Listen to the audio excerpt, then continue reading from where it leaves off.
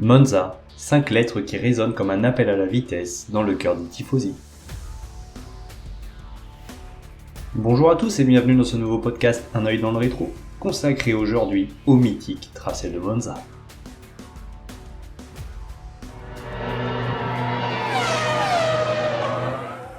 C'est au cœur de la province de Lombardie, tout proche de la ville de Milan, que se tient l'un des classiques de la Formule 1, le mythique tracé de Monza. Aucun autre circuit dans le monde n'est comparable à ce monstre ultra rapide. Piste la plus utilisée dans le cadre du championnat du monde de Formule 1, Monza a hébergé tous les grands prix italiens de l'histoire, excepté en 1980. Véritable terre des tifosi, la manche italienne le démontre chaque année avec des gradins toujours plus remplis d'un public acquis à la cause d'une écurie, la Scuderia Ferrari.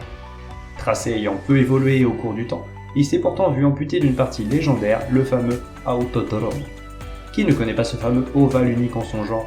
Une inclinaison stupéfiante, un revêtement quelque peu bosselé et une bonne dose de courage pour ne pas lever le pied, voilà ce qui résume le mieux cette portion historique.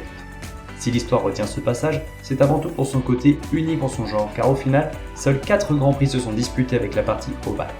À partir de 1962, l'autodrome disparaît à tout jamais du calendrier. Ce n'est pourtant pas la seule évolution qu'a subi ce circuit. En effet, aucun ralentissement n'était présent au début des années 60, contrairement à aujourd'hui où 3 chicanes se sont vues implantées afin de réduire les vitesses affolantes atteintes par les pilotes, la plus connue étant la Variante Ascari. Mais pour autant, les vitesses n'ont jamais été aussi hautes qu'à présent. Le circuit de Monza a d'ailleurs officiellement détenu le record de vitesse en Formule 1 avec 370 km/h pour Raikkonen en 2005. Mais ce n'est pas le seul record détenu par la piste italienne. On peut noter la pole position la plus rapide à la moyenne de 264,363 km/h pour Hamilton, le meilleur tour en course à 257,32 km/h pour Barrichello, ou encore la course la plus rapide à 247,585 km/h de moyenne par Michael Schumacher, remportant ainsi la course entière la plus courte de l'histoire en seulement 1 h 14 minutes et 19 secondes. D'autres records encore plus fous sont à mettre à l'actif de ce temple de la vitesse, comme l'arrivée la plus serrée en 1971, où les deux premiers ne furent séparés que par 1 centième de seconde. Marco Apicella marqua également l'histoire de la Formule 1 en étant le pilote à la carrière la plus courte. L'Italien, qui disputa son seul Grand Prix en 1993, vit sa course et donc sa carrière en Formule 1 s'arrêter au bout de seulement 800 mètres, pris dans le carambolage du départ. Beaucoup de premières fois se sont passées sur un circuit éprouvant pour les monoplaces et surtout les moteurs. Stewart, Montoya, Vettel ou Gasly y ont décroché leur première victoire, Kubica son premier podium en 2006. Vettel, qui d'ailleurs permit à son écurie Toro Rosso de remporter son unique victoire en catégorie reine, la seule d'un moteur Ferrari non monté dans un bolide de Maranello. Pour autant, la Scuderia Ferrari reste à ce jour l'écurie ayant obtenu le plus de victoires sur ces terres. A noter le coup d'éclat des Rouges en 1988, alors que la Formule 1 se trouvait sous une domination sans partage des McLaren Honda de Prost et Senna. Sur la saison complète, une seule victoire échappa aux Rouges et Blancs de l'époque, le Grand Prix d'Italie. La Scuderia réalisa même un fantastique doublé, bien aidé, il faut l'avouer, par les déboires des deux McLaren. Des Ferrari un peu spéciales en 2001 au museau noir et sans aucun sponsor, qui auront superbement rendu hommage aux victimes des attentats du 11 septembre 2001, franchissant la ligne en 2e et 4e position. La Scuderia qui connut cependant la déroute la plus totale en 2020 pour son 999e Grand Prix, Vettel renonçant sur enduit de frein alors que Leclerc fracassa sa monture à la sortie de la Parabolica. Suite au crash, le drapeau rouge est déployé et à cause d'une pénalité, Hamilton est relégué en dernière place. Au moment de repartir, c'est Gasly qui prend la tête pour ne plus jamais la quitter, et ce malgré la pression plus que grandissante de Sainz derrière lui. Le Français mit fin à 15 ans sans victoire pour les Bleus, remportant le premier Grand Prix pour AlphaTauri 13 ans après l'exploit de 2008. Un an auparavant, Leclerc sortait vainqueur d'une course très disputée face à Hamilton, la première pour Ferrari depuis Alonso en 2010, de quoi faire plus que plaisir aux tifosi amassés sur la piste lors de la cérémonie du podium. Une joie que le Monégasque retrouvera en 2024 grâce à une stratégie rondement exécutée face aux plus véloces machines de Woking, comme un remake de 1998.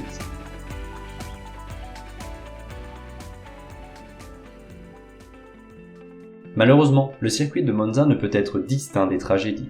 Plusieurs pilotes y ont perdu la vie en essai et en course, à l'image de Von Trips, Rindt ou Peterson.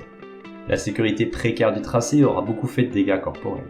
Ce sont d'ailleurs souvent les départs qui furent source de problèmes, la faute à un starter n'attendant pas toujours que les dernières voitures soient arrêtées avant d'agiter le drapeau vert. En 2000, c'est un commissaire de course qui fut victime d'une roue détachée suite au carambolage de la Variante delle Rogge, impliquant tout de même 7 voitures. Quelques instants plus tard, drôle d'image. À la relance de course, Button se fit surprendre pensant que la réaccélération avait été amorcée. Il déboula donc dans le peloton avant de perdre le contrôle et de toucher le mur, alors que la course n'avait pas encore repris. Peu d'incidents sont venus émailler ces manches italiennes à l'exception de quelques accidents plutôt spectaculaires. Lors du départ en 2003, Alonso, qui s'élançait de la dernière place, escalada une autre voiture dès l'extinction des feux. Un petit décollage peu spectaculaire comparé au looping quasi parfait offert par les Minardi en 1993, alors que la course était terminée. En 2018, une autre spectaculaire envolée fit le tour des télés du monde entier, celle d'Ericsson et de son DRS involontairement ouvert au moment d'attaquer la pédale de frein dans la Variante della Rettifilo.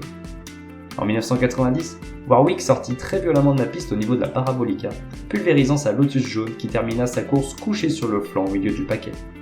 Le drame fut évité de justesse, tout comme en 2011, où Liuzzi réalisa tout simplement un strike au départ, en arrivant totalement en glisse dans le milieu du peloton. Heureusement, peu de voitures furent impliquées dans cet accident qui aurait pu s'avérer plus conséquent. 10 ans plus tard, la catastrophe était proche. Dans une lutte effrénée pour le championnat, chaque seconde compte. Après un mauvais arrêt de Verstappen, Hamilton a désormais de grandes chances de ressortir des stands devant, mais un changement de pneumatique passable lui fait perdre quelques précieux dixièmes.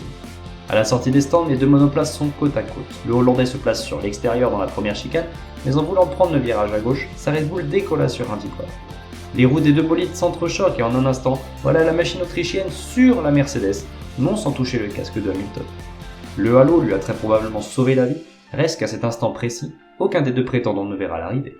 Grâce à un magnifique départ et une stratégie d'équipe rondement menée, Ricciardo et McLaren s'offrent la victoire, la première de l'écurie de Woking depuis 2012, mais aussi le premier doublé depuis 2010, une éternité pour une équipe de ce calibre.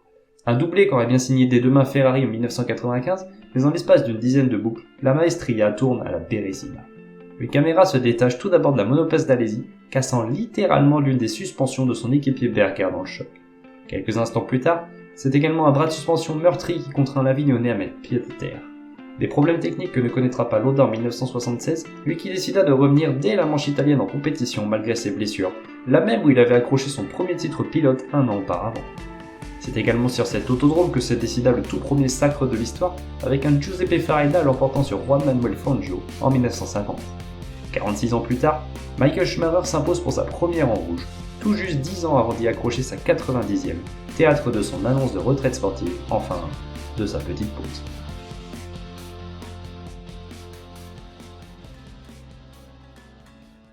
Le Grand Prix de Monza est indiscutablement le temple de la vitesse. Aucune autre piste n'offre de telles pointes aux pilotes qui en sont tous friands. Et même si le tracé s'est vu ralenti, les temps autour ne cessent de tomber. L'aspiration, qui est la clé sur ce genre de circuit, a peut-être plus d'importance que sur n'importe quelle autre piste, à condition de négocier convenablement les chicanes de ce tracé d'apparence relativement simple.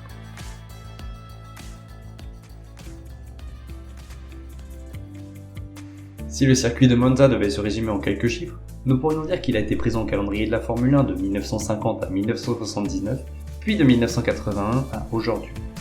Les pilotes parcourent 53 tours de ce circuit long de 5,793 km.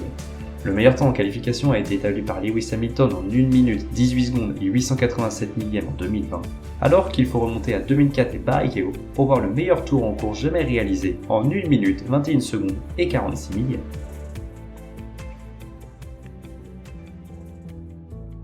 Pour en savoir davantage sur toute l'histoire de la Formule 1, rendez-vous sur le site internet Un œil dans le rétro 1.wixit.com/un œil dans le rétro, sur les réseaux sociaux Facebook et Instagram.